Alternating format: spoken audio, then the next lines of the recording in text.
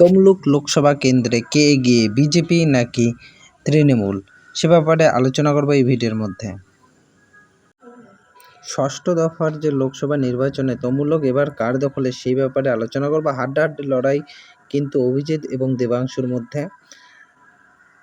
BJP Tamluk, দেখো বাংলার vote চিত্র এক নজরে দেখো। তমলুকে কিন্তু ভোটের হার পড়েছে 79.79%, মানে ভালোই পড়েছে। 79% ভোট পড়েছে তমলুক লোকসভা কেন্দ্রের। টোটাল ভোটারের সংখ্যা কত আছে সে ব্যাপারে আলোচনা করব, কিন্তু আমরা দেখব যে তমলুক এবার কে জিততে চলেছে। দেখো তমলুকে ষষ্ঠগড়ে যে লোকসভা কেন্দ্র রয়েছে, তমলুকের প্রার্থী কিন্তু বিজেপি থেকে শ্রী অভিজিৎ গঙ্গোপাধ্যায়, টিএমসি থেকে দেবাংশু ভট্টাচার্য এবং সিপিএম থেকে সায়ন বন্দ্যোপাধ্যায়। দেখো এখানে কিন্তু হাই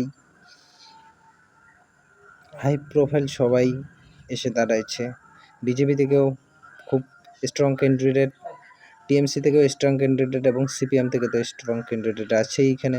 তো দেখো তমলুকে যা এখনো পর্যন্ত প্রেডিকশন হচ্ছে, সেইখানে কিন্তু এগিয়ে রয়েছে বিচারপতি অভিজিৎ গঙ্গোপাধ্যায়। বিজেপি থেকে বিচারপতি অভিজিৎ গঙ্গোপাধ্যায় কিন্তু তমলুক লোকসভা কেন্দ্রে এগিয়ে রয়েছে। তো সম্ভাবনা কিন্তু অভিজিৎ গঙ্গোপাধ্যায়। কিন্তু আপনাদের মতে কে তমলুক লোকসভা কেন্দ্রে, দেবাংশু নাকি অভিজিৎ গঙ্গোপাধ্যায়? আপনারা কাকে দেখতে চান কমেন্ট বক্সে জানাবেন। Thank you for watching this video. Tata.